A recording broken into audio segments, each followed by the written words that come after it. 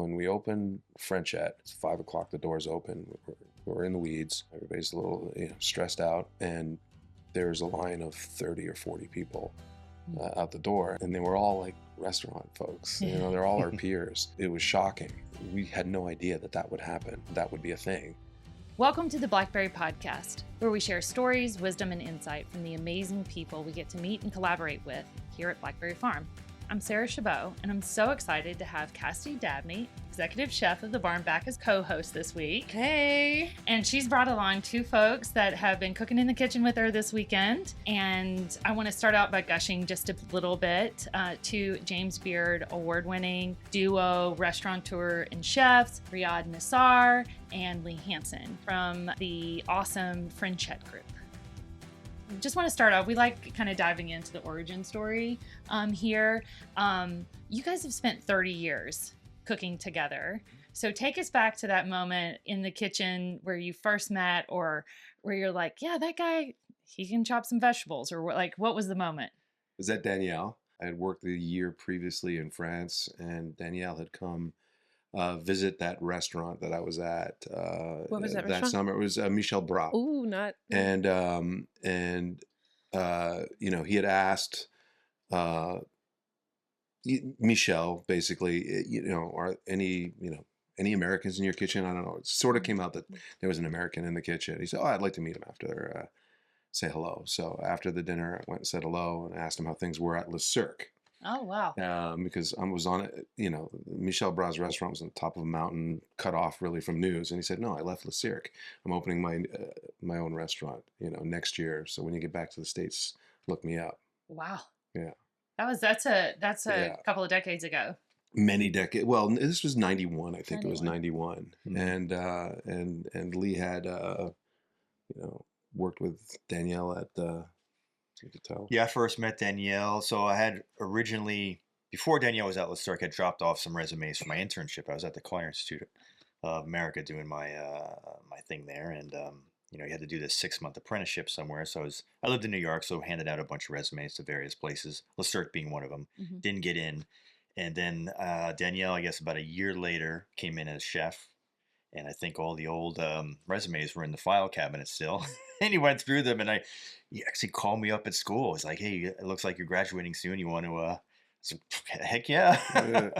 And so I worked at Le Cirque with him for a few years, then bounced around for a while and always wanted, I said, hey, anytime you open your place up. And we kept in touch. Danielle's kind of like a father figure in a way. He's very supportive and always tracking your course and keeping in touch. And, you'd come by for a meal once in a while. I take care of you. It was great. So anytime you open your own place, I'd love to work for you again. So that came about, and then we met up in the kitchen that first week. Yeah, that opening. Yeah, it was a unique opening.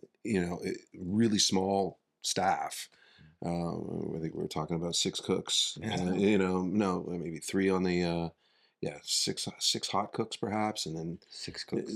3 garde manger. Yeah, 3 chefs. Yeah, so it was 3 a tight team. Yeah, very tight. Yeah, we didn't have an army of prep cooks. Yeah, we were sort of responsible for most of it. There was a butcher down there and one more sort of veg prep person. Oh yeah, Chepe was there, and that was it. So you were responsible for an awful lot. Yeah. And come in early.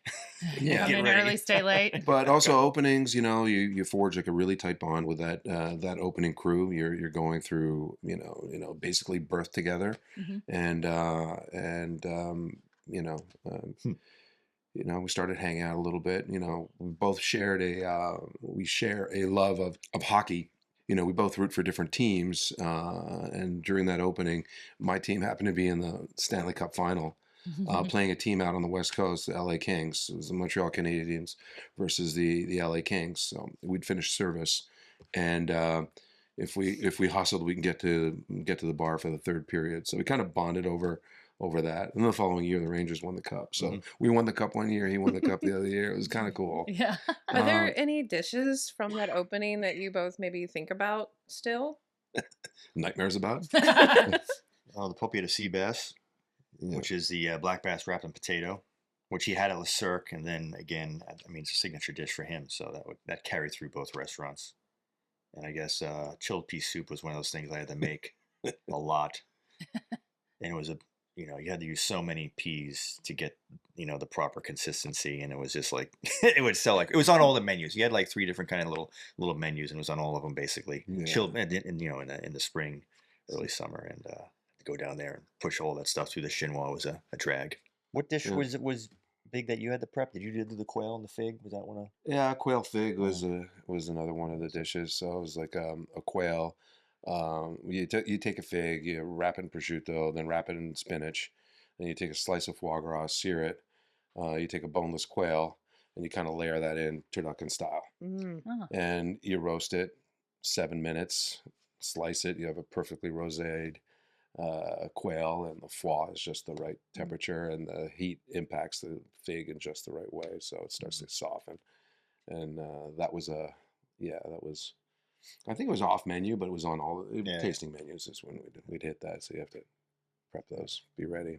In those early days, and this was back in the 90s, and then you opened your all's first restaurant together in 2018? Yes. So that's a good amount of time to be a part of the New York restaurant scene in a lot of different ways. And a couple of different restaurant groups, right? So walk us through, like, what is the sort of process of deciding, like, okay, this is time for me to try something new, try something different?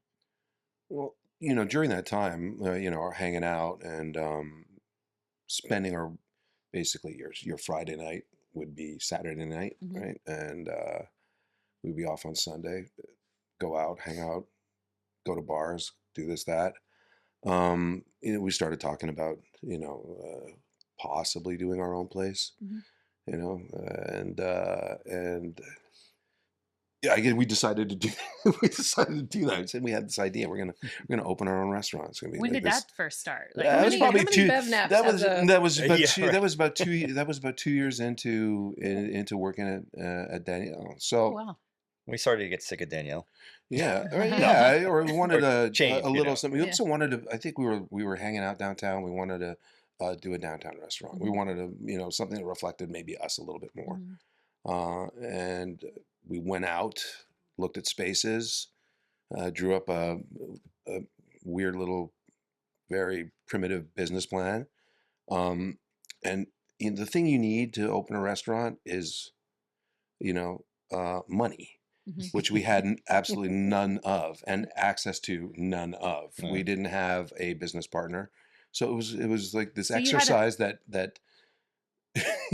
very quickly became realized, okay, this is not going to work. Right. So I have to go back to work. Back to Danielle, which is what I did. Lee detoured on. Worked at the farmers market. Oh. So I lived around Union Square, so I could work 2 days a week there, and I had saved a decent amount of money working 2.5 years almost 3 years at Danielle, where I could just kind of chill for a little bit. And I kind of took almost a year off in a way, which is nice. It was clear the head. Yeah, yes, there were the same farmers that would supply us with stuff, and it was great to be able to kind of see their side of things. Yeah. They're very similar, I think, in cooks and people who creative and have to do that kind of work with their hands. And what triggered you to say, I'm ready to get back in the kitchen? That's because what we did. That's the main. Our main skill was that, and well, the next restaurant was probably Balthazar that you worked in. Yes, we opened that. Yeah. Yeah, I mean, we would go back, you went back full time with Danielle for a bit, and I would go back, and because Danielle also had this catering wing, so you'd also had, do weddings and stuff like that, and I would help with those things. That's right. And but that was about a year, and then we kept in touch, and we're friends, and we're, Riad's, was it your sister who heard that Keith was looking for a chef or something? Yeah, through a friend of my sister's. Keith had opened up this this bar called Pravda, which was a Russian cigar, vodka, caviar bar. And that was a hot spot for a minute. And he casually mentioned to somebody that he was looking for a chef to do a French bistro, brasserie in Soho. and that friend said, "Oh, I think I know somebody," and passed on my telephone number. He called. I looked at the space, did a tasting, was offered the job, and I said, "Well, yeah, we're going to do it with two chefs, I've got my partner Lee, which should meet, So then I had to do a tasting. Yeah. And I met Keith, and he through the same process, but we saw the scale. It was a 160 seat restaurant, Yeah. and it was going to be open lunch and dinner, and eventually breakfast, lunch, and dinner. And we knew it was going to be massive and would require two.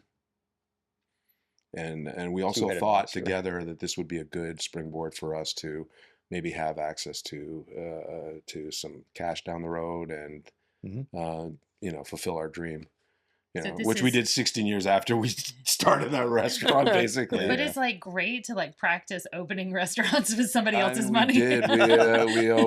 We opened Balthazar, Pastis, then Schiller's, and then these were someone else's vision, and we were kind of like wanting to do something on our own, and just like looking through, basically, I don't know, the Craigslist of real estate. Leaf stumbled upon a listing for Minetta Tavern, and we both loved it and proposed that to Keith and to partner with him. With him on that project. Prior to that, we were chefs, and then now we wanted to kind of be more involved in. So that was the first step in like kind of creating your own vibe and vision. Yeah, definitely, and cooking slightly different, starting to bring in more of a market driven specials. There would be 5 or 6 specials every day, and shopping for those, marketing for those. It was definitely a meat focused restaurant. It was a bit of a chop house. But, we also started working again on our craft a little bit more rather than administratively chefing. Yeah. So we were definitely back in the kitchen, cooking.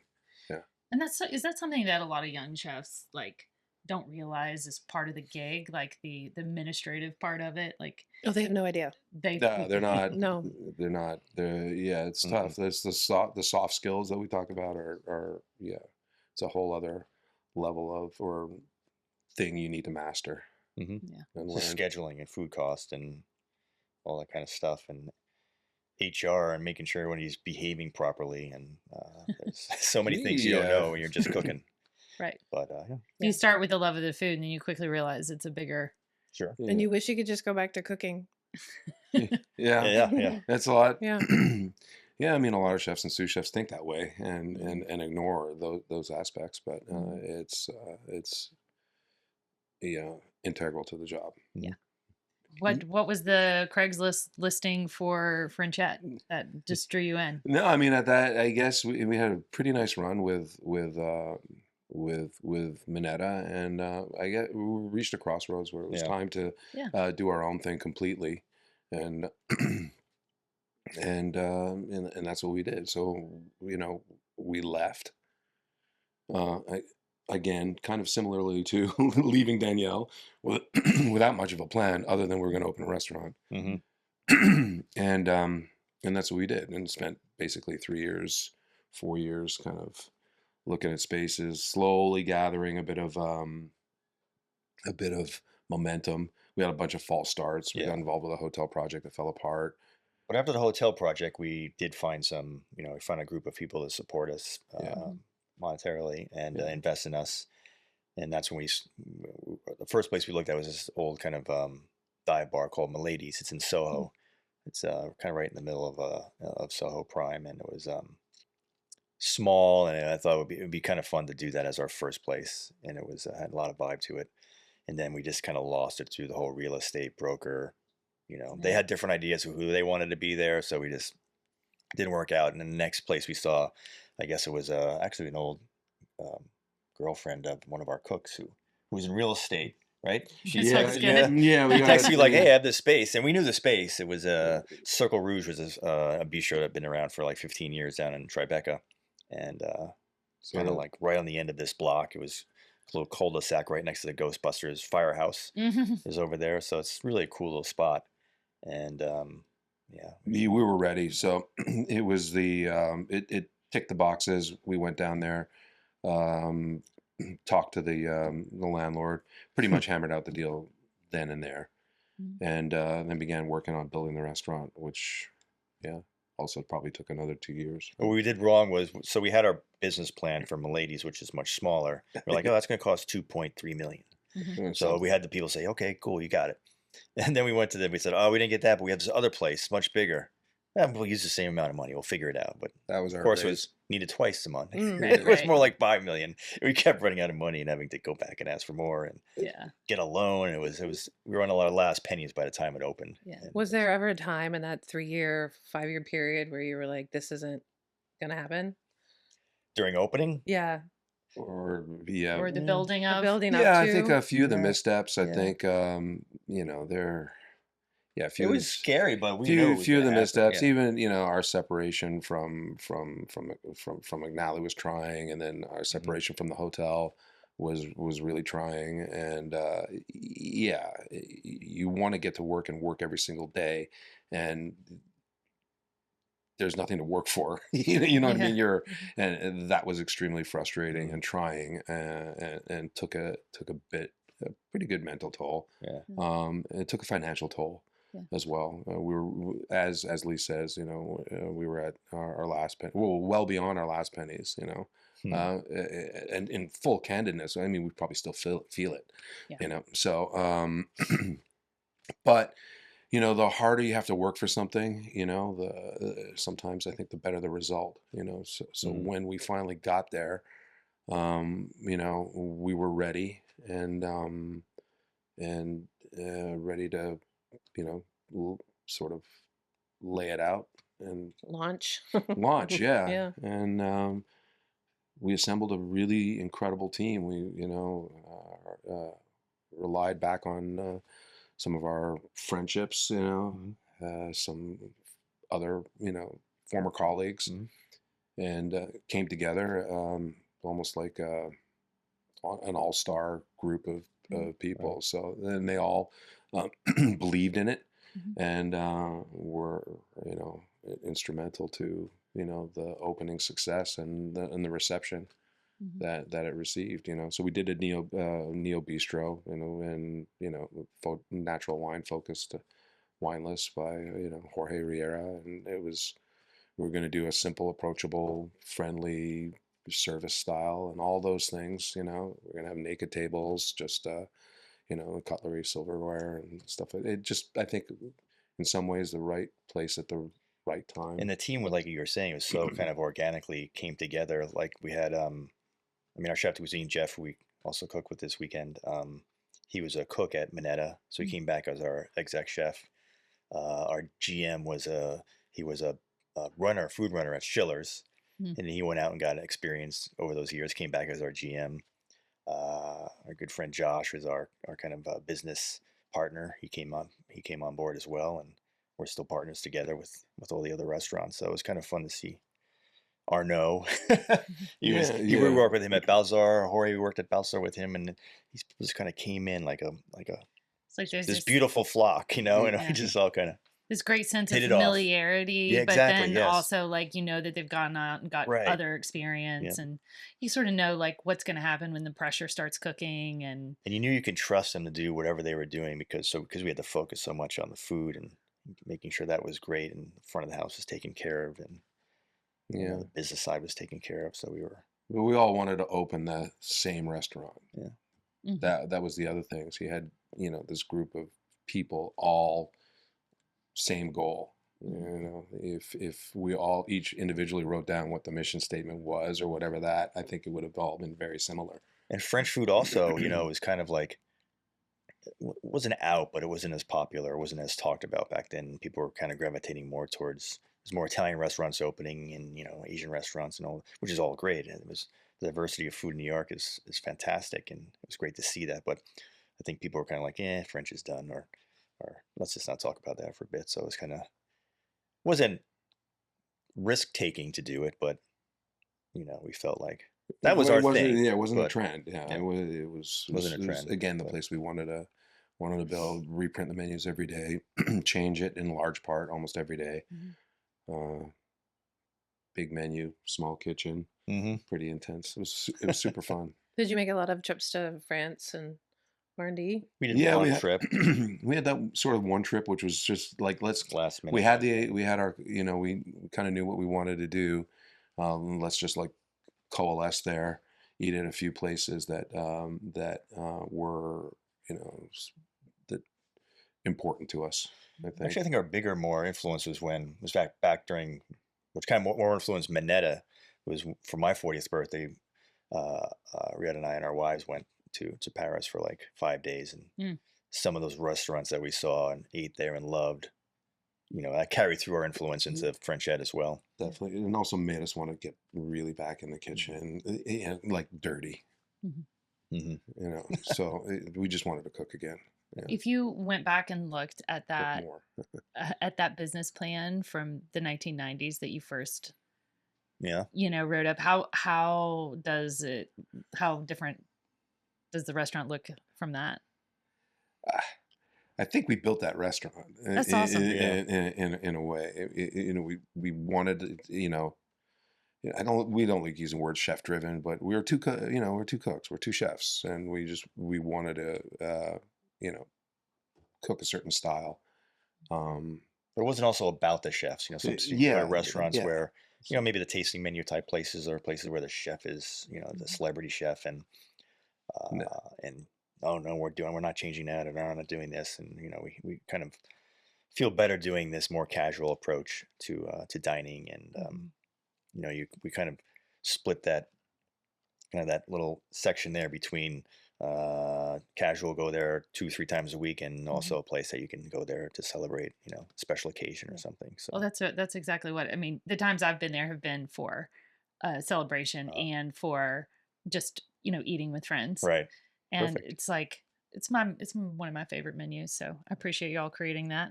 Thank you very much. Thanks. Yeah. That's I kind. remember when it first came out. I mean, Andy and I both love French food, and we were super excited to try it out. And I'm having a hard time which year it was remembering it, but I remember the carrots, Mm-hmm. and it still sticks with me.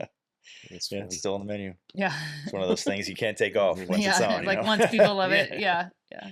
Oh, is there anyone from that core crew in this opening that, aside from Jeff, that's still there? And do you, like Danielle, keep up with everyone?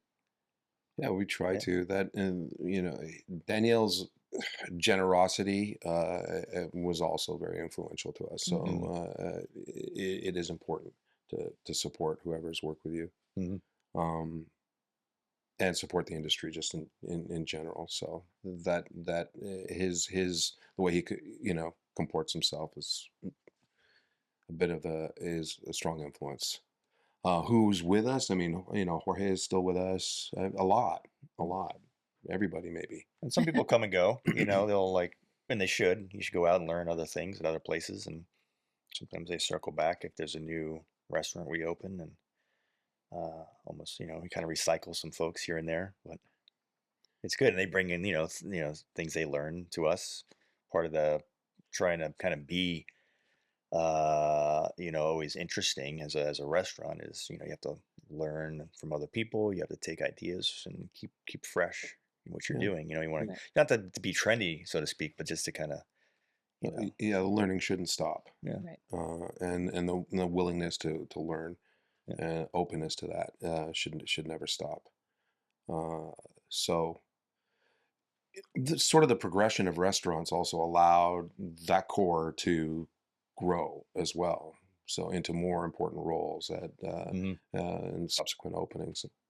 For your team, like Yeah. they might start out as a line cook here, Yeah, but then we're yeah, open, yeah. They're going to be a saw sous some chef over potential. here, and there's Yeah. and we'll move on there, Mhm. and a server is going to be a manager, and the manager is going to be a general manager, Mhm. and somebody working with Jorge and Wine is going to take over one restaurant, and Mhm. and so on. So that it's been good to be able to foster some of that. once Frenchette was, well, I sort of from the outside saw it as sort of this immediate hit, and then what's the next step in saying, okay, restaurant number 2? Yeah, at that time, it's funny. So Minetta, the don't want to call it a formula. We really, restoring that space was very rewarding, and we thought,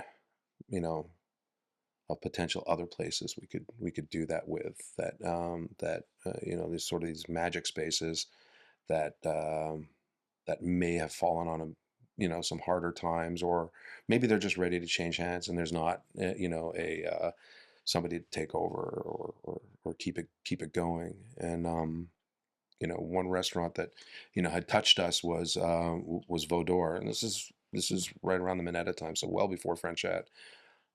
And we had reached out to Cassidee Dabney, who was the daughter, the owner of the restaurant, who was had been running it since for 20 years, and it was a culty restaurant, beautiful, the original French restaurant in Manhattan, tons of charm, a lot of that charm coming from her. But it was also a place that needed a little bit of a lift and some help. And when we reached out 10 years probably before we actually got eventually acquired the restaurant or bought it or worked out a deal with her.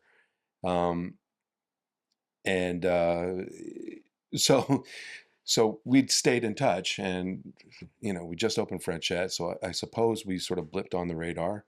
And I got a call back or a note from Kathy saying, I know it's the worst time in the world, but I think I'm ready to let Veaudór go. And we were down there the next day, basically working out the deal. So we weren't planning on doing another restaurant, but that restaurant was a restaurant we always wanted to do. And that never wavered. And so when you think of it's crazy, like 2010, when we maybe first started thinking about Laveau, and then signing in the lease in 2019, so that's in like 9 years or whatever, and then COVID happened and we had to just kind of mothball it for a while, and it didn't open until 2024. So it's just labor of love for so long, and there were times where we're like, I don't know, should we hold on to this thing, And what was great about Kathy, who also owns the building, and she was obviously running this restaurant for a while and was with her family for a while. She's a restaurant person.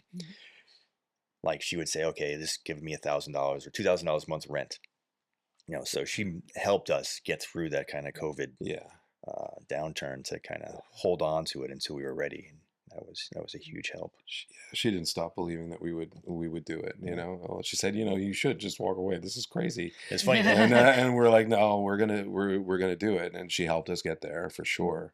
And Danielle wanted to get it, I think, and Steven Starr was interested. I think she identified that we were originally the ones interested in it, and that maybe we were going to do it the most justice, because it was very important to her that it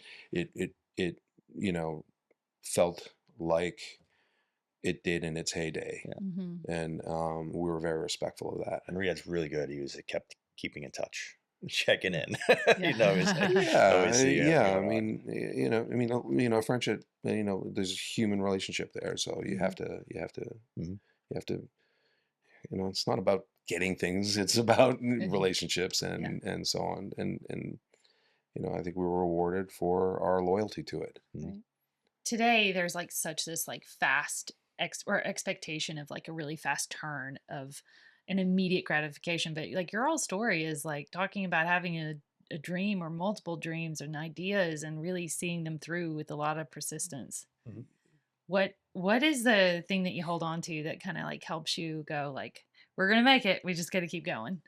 Well, conceptualizing restaurants is really fun. And I think that's just building them, designing them, getting the team together. That's almost as exciting as when you open. And if you could find the right spot and the right partners to do things, which is what we've turned some stuff down, and we kind of wait for the right thing to come around and not push things and not, take a wrong turn just for the money or whatever. Mhm.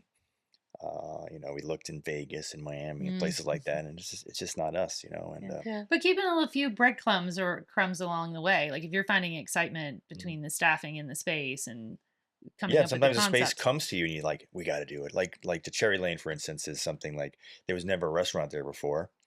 And 824, a production company, bought the old Cherry Lane Theater, which is the oldest off-Broadway theater in New York, and just awesome street in the West Village. And it's like, oh, we should be great to have like a little restaurant or, kind of bar in the back there. So it was off the street. It wasn't no street presence at all. Mm. And you have to go through the lobby to get there, and there's no windows. So we had to create this little restaurant in this kind of black box rehearsal space of the theater. But once we heard like, them as partners and this in this location, we're like, yeah, that'd be cool. Like you knew right away. So when some things like that come your way, you just sign up. Yeah. And in between, so the progression was Frenchette, and the next restaurant that we opened was Le Rock at Rockefeller Center, and that was, we signed that a year after, taking on Veaudór. So the idea was we were going to do Veaudór first, Mm. and Or second after Frenchette. second after Frenchette, and then COVID hit, Mm. and we sort of mothballed a little bit the project at Laveau, and the project caught up to each other, basically, Mhm. is what I'm trying to say. And actually Le Rock took over. Yeah, it was apparent that it was going to be ready first. And so again, a little bit of a setback for Vaux. But I also think that was also important for, Veaudór to wait, and for us to mature even further as chefs and restaurateurs to honor that place properly. Things sort of happen. The universe does have its own, set of principles. And I think you can alter it somewhat if you persevere, right? Yeah. That's how you can bend things.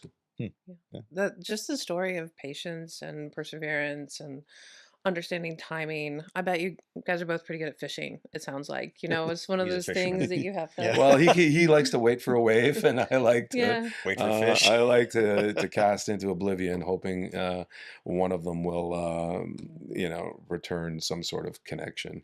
But it's funny, they're both solo sports. Yeah, they are, because it's your way to sort of 'Cause, unplug and disconnect and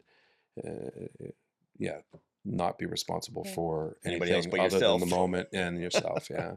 And it's such an important story for the younger generation to hear that it takes time Mhm. and a dream doesn't happen overnight. It takes decades to get to where you are. And now that you guys are pretty dang famous and a big deal, how does it feel to like garner all these accolades and awards? And do you ever thought that you would be there? Not really. I mean, Not at all. I don't think so. I think it's obviously huge honors to be, yeah. Thought of in the same groups of chefs and restaurateurs that we have been. It's a huge honor, and we're not big PR people, and we don't really talk about ourselves too much, so it's a little Yeah. unnerving at times, but yeah, I mean, I guess when we look back, we've done a few things. Yeah, I'm super fortunate. I keep thinking, too much fortune. I think it'd be nice to have it spread around for other people to enjoy. But yeah, those two major things are completely unexpected. And no, we never chased any of that stuff. We just want to, chase sort of like our vision and find that kind of happiness there, at least professionally. And yeah. A little crazy, but it's great for morale for the folks. They, we they love feel it too. Our team really and juices they for it. work towards it, and we shouldn't be flippant about it either. The thing that shocked me, and it wasn't that, was when we opened Frenchette. It's 5 o'clock, the doors open. We're in the weeds. Everybody's a little stressed out, and there's a line of 30 or 40 people out the door, and and they were all like restaurant folks. They're all our peers, and we were like, we had no idea that would happen, that would be a thing. It was shocking. It was shocking, challenging, but also, it felt like, okay, maybe we're doing, I don't know. It was bizarre. Right. It was bizarre. Pretty cool. Yeah. But yeah. Well, and the New York restaurant scene is like no other. It's there's lots of beautiful opportunities and places to dine, but it's a tough business, huh? Yeah. Yes, extremely tough. And so to have that reward of patience and perseverance and being able to be recognized for it by your peers is really amazing. Tremendously so. Yeah. And I'm grateful for beautiful places to eat. What I do want to talk about beautiful spaces, because I heard in the talk yesterday that you did here at Blackberry a little mention of vibe and space, and how important is that in the full restaurant experience? It's very important. I mean, depending on the kind of restaurant. I mean, our kind of restaurant is always one that we like to be loud and fun, and people just relaxing and forgetting about what happened outside the front door, and just kind of enjoying themselves for a bit. So we kind of create these very casual spaces that you feel good in. There's enough details in the design that makes you feel good about yourself, or the lighting, or just like, oh, that looks cool over there, and that's a nice little touch there, but doesn't also like take away from it. We don't over design things where that becomes the center of attention. Everything needs to kind of blend in kind of seamlessly. And then you have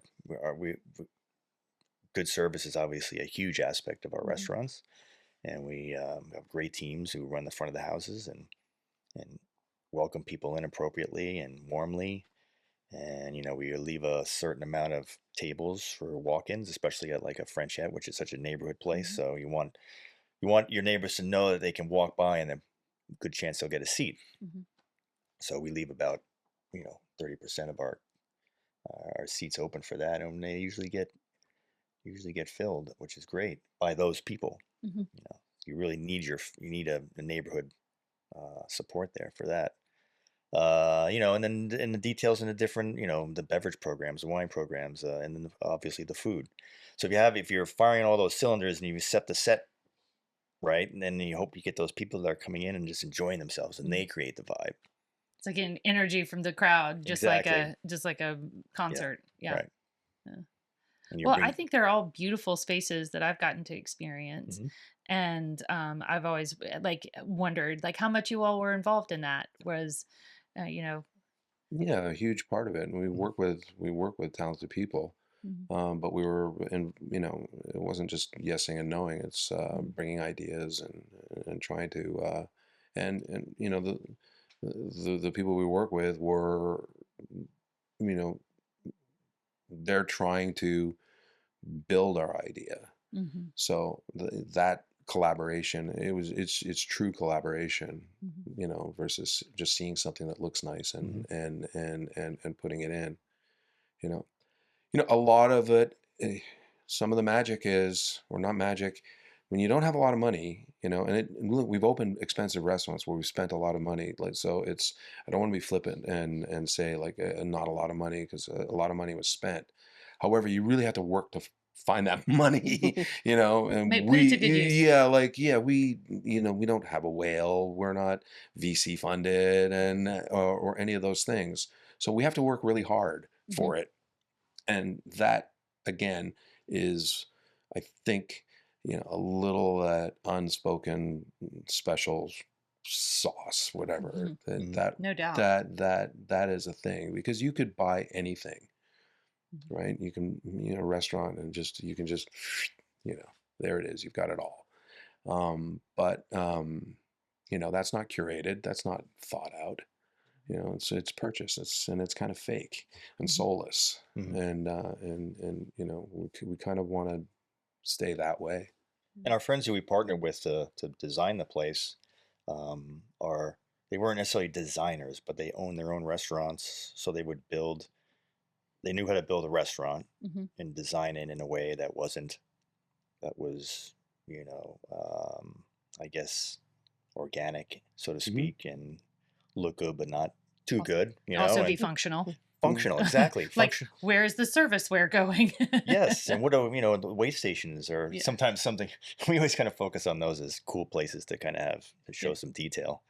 Yeah. Wait stations, because there's no other place besides restaurants that have that. Yeah.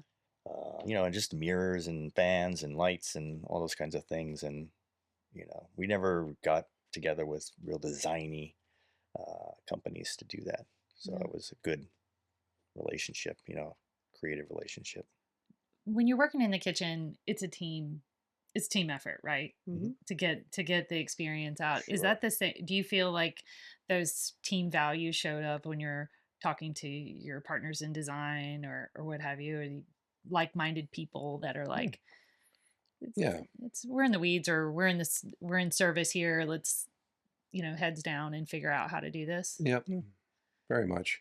It's all relationship based. Yeah. Again, they're friends. Mhm. And there's a shorthand when you have a friendship and a relationship with something. They get you, Mhm. you get them, and it makes the conversation a little easier. Especially when you both, yeah, you're right, or yes, I get it, or they bring something to the table that like that's exactly it. It's great. What Great what feeling. happens when you say no? That's Yeah, not it. Sometimes you say that, but it's.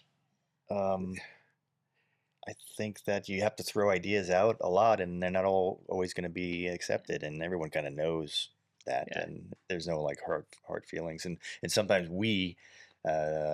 sometimes we don't always agree, Hmm. and you're like, okay, whatever, you can, Go fish. yeah, like we're gonna have For we're gonna have red chairs at Frenchette, like that was the design. The designers were like, oh, let's do red chairs, Looks so good. and I was probably the only one who didn't really like the red chairs. So I kind of lost out on that vote. But eventually something happened where the red paint was going to cost way more to do it. So we got regular chairs. I was like, yes. But Yeah. sometimes you have to let things go sometimes. You have to say, okay, you really want this? Fine.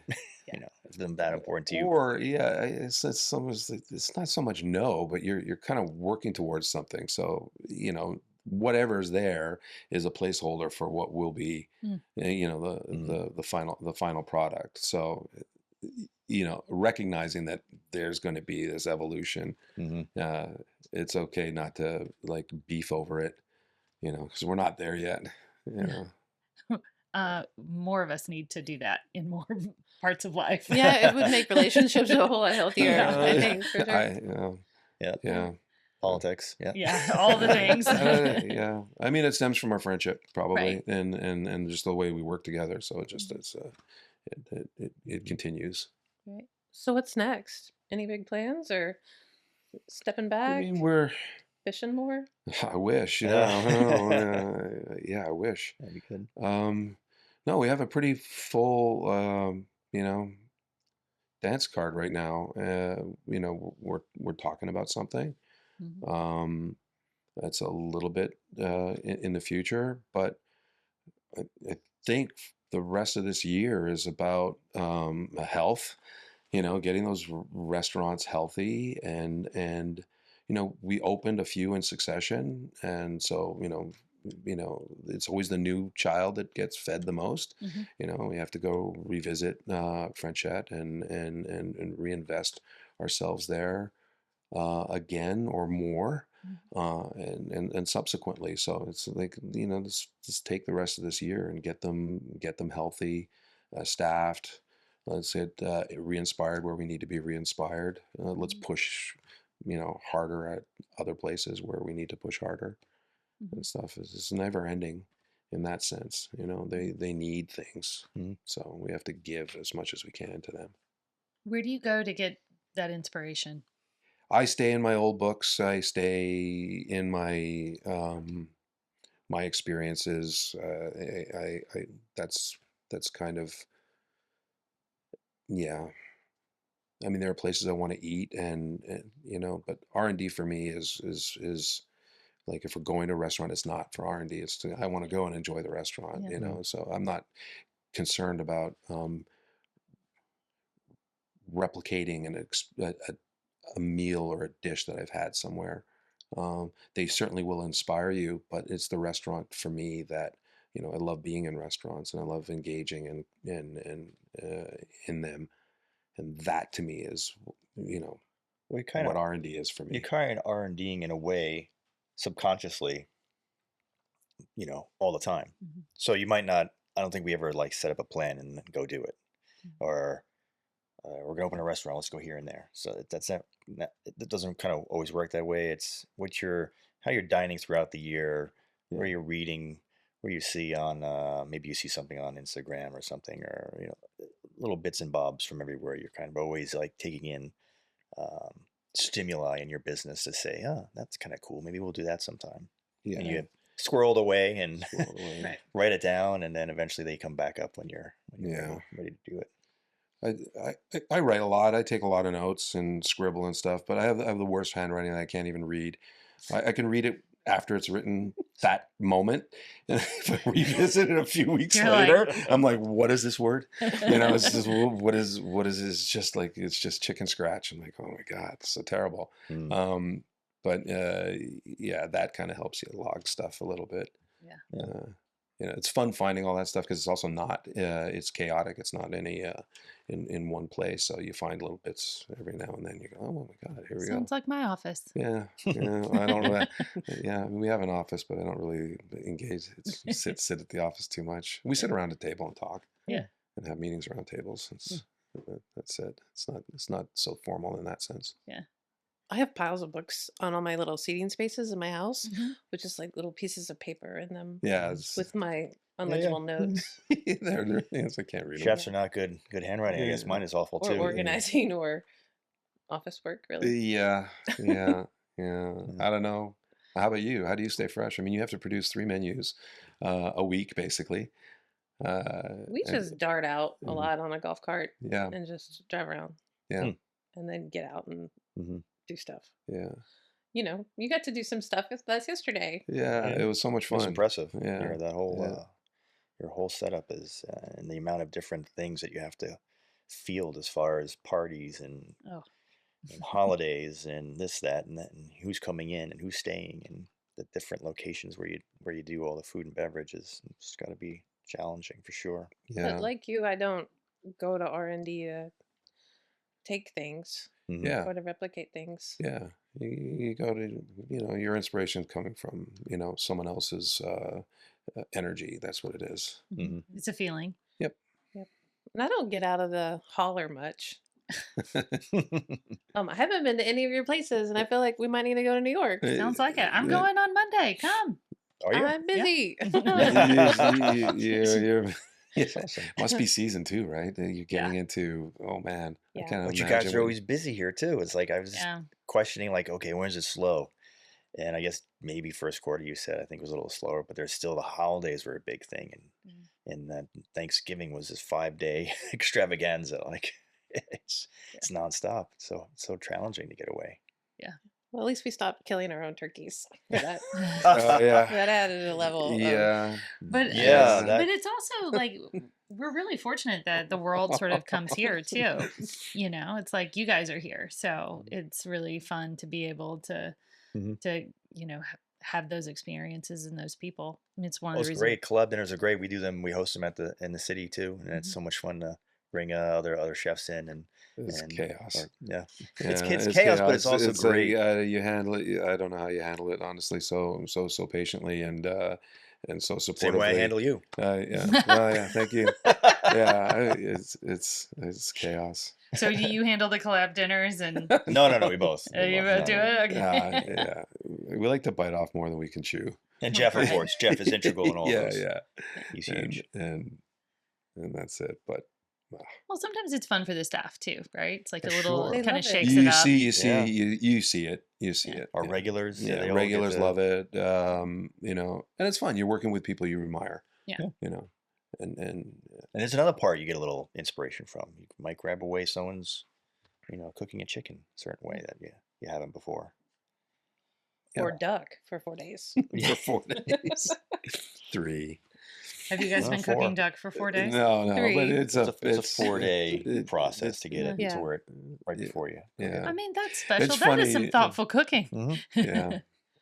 That's French cooking. Lots of layers. Yeah.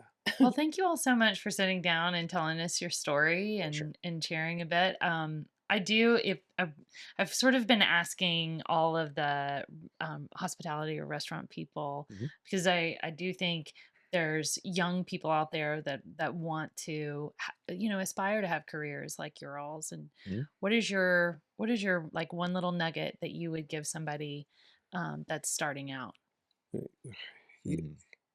Well, I mean, patience has been a bit of a theme. Mhm. I think, as flawed as the brigade system is, working 2 years in pantry or garde manger is a vital step. Everybody wants to jump and get on the line and do this, and best line cooks are the best, garde manger cooks. The most intensive mise en place, the most knife work, the most perishable station in ways. And take that time and learn as much as you can and be patient there. If you've proven yourself there, you'll be moved along and you'll be ready for the next step. Well, like so- any career, you have to firstly be really into it. You have some passion there for it.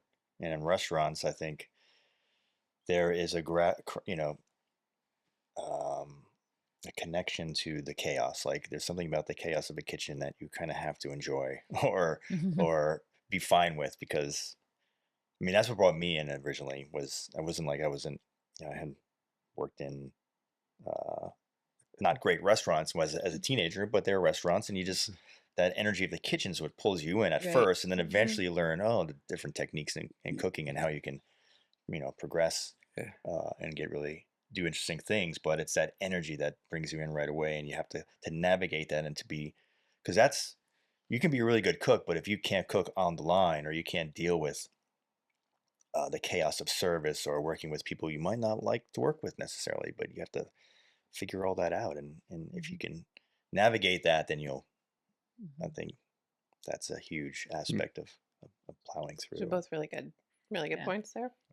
Can you feel when the energy's off in a restaurant? Like when you come in as a guest and you're like, not sure about this. Like dining? Yeah.